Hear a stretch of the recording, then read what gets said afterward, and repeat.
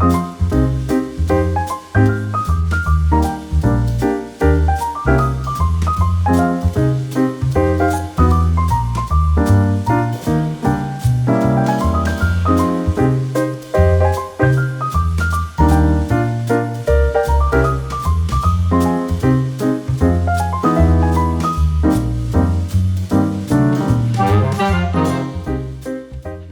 morning, everyone. I hope you're doing well and are having a flare-free day. I have a very exciting meeting happening today, and I wanted to bring you along with me. It is bright and early right now. Nick brought baby girl to daycare, and I am taking the morning to prep, get ready for not only the work day from home, but we also have a very exciting meeting with the minister's office here in Canada for women and gender equality to talk about a potential national action plan for endometriosis. It's with the minister's office, which, you know, they're busy these days. It's just one of those important milestones that's like, if we can get momentum for a national action plan for endo here in Canada, it will help over 2 million Canadians living with endo, and probably more. It's gonna be me and one of the major staffers of the office. I'm just excited to see what they say, see if they can help.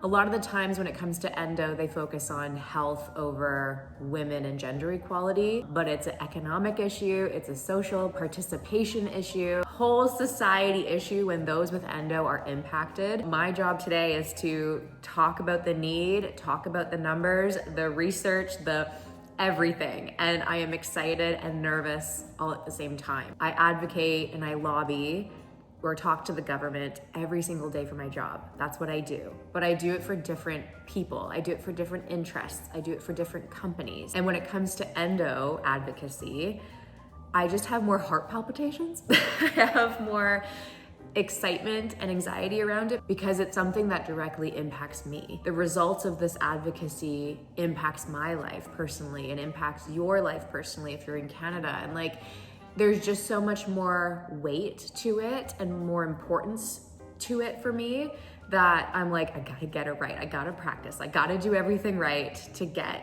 this momentum started. I know every step is a step in the right direction when it comes to endo awareness and advocacy. And so I'm very blessed to get this meeting today. I know that the minister's offices are like slammed right now in Canada. They're so busy. The pace is crazy. For the office to be like, yes, we'll take a meeting today. I'm like, I will take 30 minutes of your time. I have my notes here on my computer. This is my personal computer. It's like I'm missing buttons and all that stuff. But I have made a Word document with a practice script for the endo meeting today. What I do is like, in order to feel comfortable and confident going into a meeting, I write out a full script so that I can practice ahead of time and come in confidently to the meeting and say, this is who I am, this is what we're talking about today, how can you help? And here's a win-win for like us and the government. If you're talking to the government, they want to know a win for them. They're not going to invest in something if they don't get something out of it. I've been practicing and tweaking with it, and so I feel fairly confident going into the meeting today.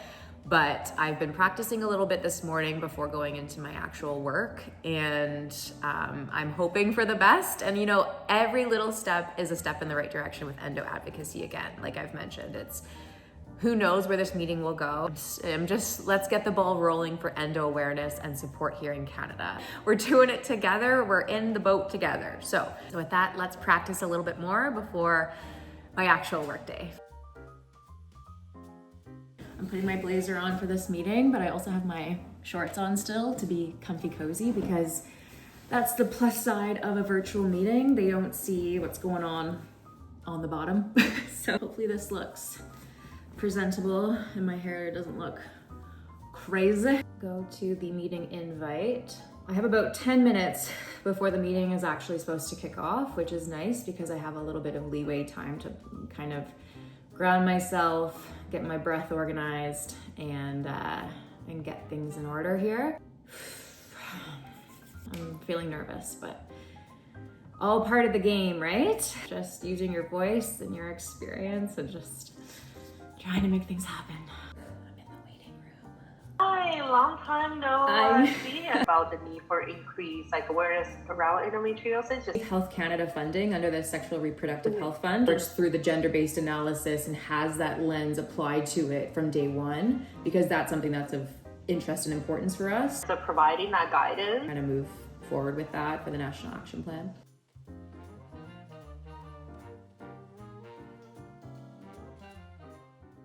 It's 7 o'clock now. We've had a full work day. I'm coming down from the day because I had work in the mix of this endo meeting, and now I'm feeling it all kind of come to a head right now at 7. I have some time to catch up with you. I think overall it was a great meeting. She was super receptive. We have rapport from the past, so it was nice to get caught up and hear what's going on with her. The pace is pretty fast, and their mandate is narrowing, meaning that the focus of endo is not, it's there, but the opportunities to break in are smaller within their department because they're focusing on other files. Of course, like, it's important to focus on other things. I get that. But it was slightly discouraging to hear like their mandate is narrowing, and with that comes like endo isn't even in the door a lot of the times. And so when you hear their window of files is narrowing, it's like endo has a harder time to like go through the obstacles and go through the barriers to like even get heard. And so she said that they do still hold the Menstrual Equity Fund, which is great, and that endometriosis can be put forward as a research topic for like economic barriers in Canada, which is great. This is a positive. But a lot of the work for a national action plan for endo has to be driven by Health Canada, which is a totally different department. Like, I know it comes from Health Canada. It's like a health condition. It's a health issue. It's not just like, I get it. Majority of it is health related, especially when it comes to finding the right care, finding the right doctor, finding the right specialist. I get it. It just makes things a little bit more complicated here in Canada because we have provinces here. So if you're from the States, it's kind of like a state. If you think of like Nebraska or Florida, we have like an Ontario or Alberta. Yes, they receive funding from the federal government through the Canada Health Transfer, which is great. But basically here in Canada, the provinces run the show when it comes to health. There's avenues for endo in that as well, provincially, but that comes with advocating at the provincial level. And today it was the federal level, like the larger umbrella. And so the next steps are to talk to Health Canada. I'm so thankful that she was open and candid with me about her department and that she would be supportive of anything we do endometriosis wise. She's going to bring forward, again, that research piece that they can do in their department, but it's ultimately up to Health Canada to like help us with this action plan. And it's just, information is good to have. It's good to have. I don't see like a mountain in front of me or us when it comes to advocating here in Canada. I just wish it was a little bit more, I just wish it was easier. I wish everything was easier when it comes to endo. Take this as a positive today. We're putting ourselves out there. We're raising our voices. We're getting more awareness for endo. She even on the call was like, I feel like endo's getting more awareness since we last spoke. And it's come a long way, but we need help. Like, we need more to it, girlfriend. Like, I need help. She's gonna connect me with people in Health Canada that she believes would be best suited to lead the National Action Plan discussion for endo. And I'm super thankful for that because that's legwork that I don't have to do on my own time in the evenings, in between work, family, daughter. Like, it's something that someone has done for me to like help with that load. And so the next steps for me are to take tonight as a break. I wrote up notes for the team internally for the Endo Network and Endo Act, the ones that we're advocating here on behalf of in Canada. And so I wrote up a note to the team, and I'm curious on what they say and what they think, but I want to be as open as possible and say like, this is what was handed on a plate to me today on news and next steps. And so I've done that tonight. And again, my next steps on top of that are to connect with her contacts that she sends me from Health Canada and to continue the discussion, continue the momentum. Like, I am not stopping until it's done. I'm just tired today. Like it was a lot. I like was emoting a lot for work. Like I'm prepping a lot. I'm like I feel like honored to talk about it with the right people. And I feel like all of your momentum that you're doing behind it, like everything you're doing to like share information, talk to your MPs, advocate alongside it all, like I feel it and I felt it today. And I just am like feeling emotional because we've come a long way for Endo, but like there's still a lot to do. And I'm just like, I'm not gonna sleep until it's done. Is where I'm at. I might sleep before it's done, but you know what I'm trying to say. Like I'm motivated. I'm at the stage now in my journey where like I know now about my own health. I have a good doctor.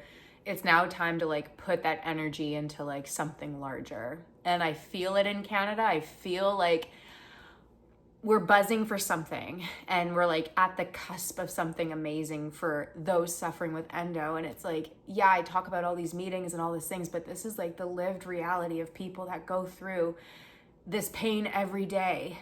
You are deserving of a government that like sees you and believes your pain and doesn't stop until like you are heard. I'm at the point in my own advocacy of like, I want that to be the case for everyone here in Canada. I see Australia, I see France, like all of those countries have national action plans for endo. It's Canada's time for a national action plan. Like some of those countries are on their second iteration of those action plans. Like they're tweaking with them, they're making them better. And I'm like, we don't even have endo at the table. Like it's like Canada is so behind. And like I get that there's priorities right now that are pressing. I get it. I totally get it. But when you're like living in the pain, living in the discomfort, we are deserving of better. That's where I'm at with it all today. I feel it here in Canada, and I'm just so proud of everyone that is doing what they can with what energy they have, with what resources that they have. It matters and your voice matters. And I hope that you enjoyed this little back end piece of advocacy that happens along the way. Happy to share more about these meetings. If you like this style of video or like these updates that's Canada specific, I'm happy to do it. But thank you for coming along, and just thank you for everything you do.